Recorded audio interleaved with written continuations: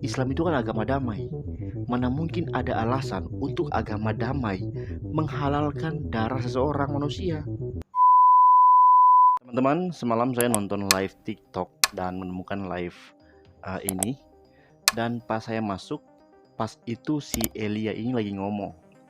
Dan di momen itu yang Elia omongin adalah tentang bagaimana dia mau menjalankan tugas misi dan apologetika lewat medsos, dan banyak sekali hal-hal negatif yang dia dapatkan. Di antaranya dia mendapatkan hinaan bahwa dia transgender lah, dan yang parah yang saya dengar adalah semacam ancaman bahwa darahnya halal. Saudara-saudara, Bro Elia ini semenjak lama saya sudah ikuti dia, dan saya kagum dengan Bro Elia ini. Bicaranya lancar, wajahnya nggak bosenin, nggak kayak wajah gua. Pengetahuannya tentang Alkitab sangat mumpuni untuk menjawab serangan-serangan dari agama lain terhadap iman Kristen.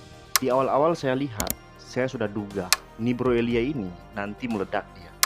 Dan benar, kemarin diundang sama Dr. Richard Lee yang ngebahas isu Israel-Palestina. Ya viral dan semakin booming, dan kita bersyukur ada orang sepintar dia bisa tampil dan viral sekarang ini. Nah, dalam videonya di Dr. Richard Lee itu, dia menjelaskan dengan sangat tepat bahwa kita nggak boleh melihat konflik Israel dengan Palestina itu dari sisi teologi. Konflik itu adalah masalah politik, wilayah, teritorial, bukan teologi, dan orang Kristen nggak boleh belahin hanya sepihak. Entah itu Palestina ataupun Israel, orang Kristen itu harus netral, menolak kekerasan dan mendukung perdamaian. Yang jadi persoalan kenapa sampai Elia ini dibilang darahnya halal, itu sebenarnya nggak ada persoalan kalau dari pihak Elia sendiri. Elia adalah apologet media sosial yang memberikan jawaban atas tuduhan-tuduhan agama lain terhadap agama Kristen.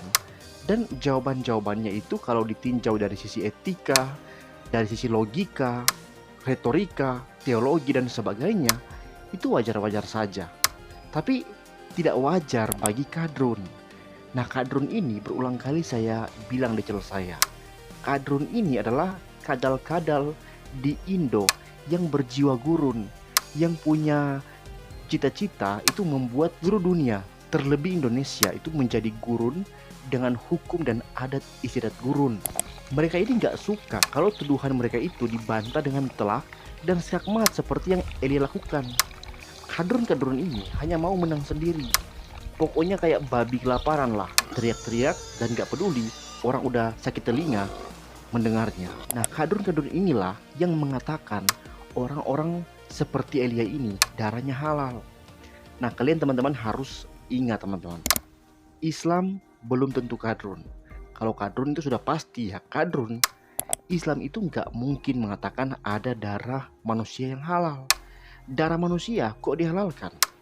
Orang Islam sejati itu nggak mungkin menghalalkan darah manusia manapun dan apapun alasannya. Islam itu kan agama damai.